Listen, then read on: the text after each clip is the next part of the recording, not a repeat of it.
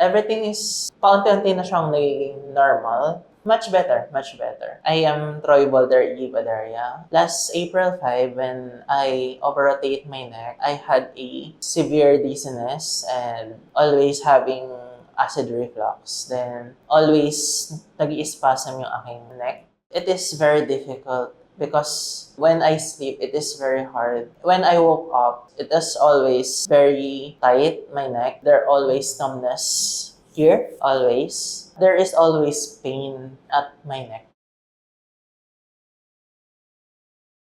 There is doubt. Parang common sa lahat na yung chiropractor is yung igaganin yung legs. Magpapatunog lang ganun. Kaya doubt pa siya sa akin sa una.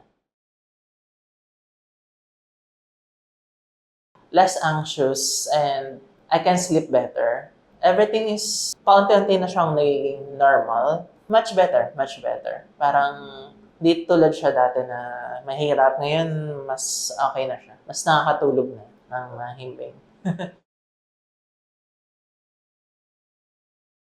Yes. Thank you.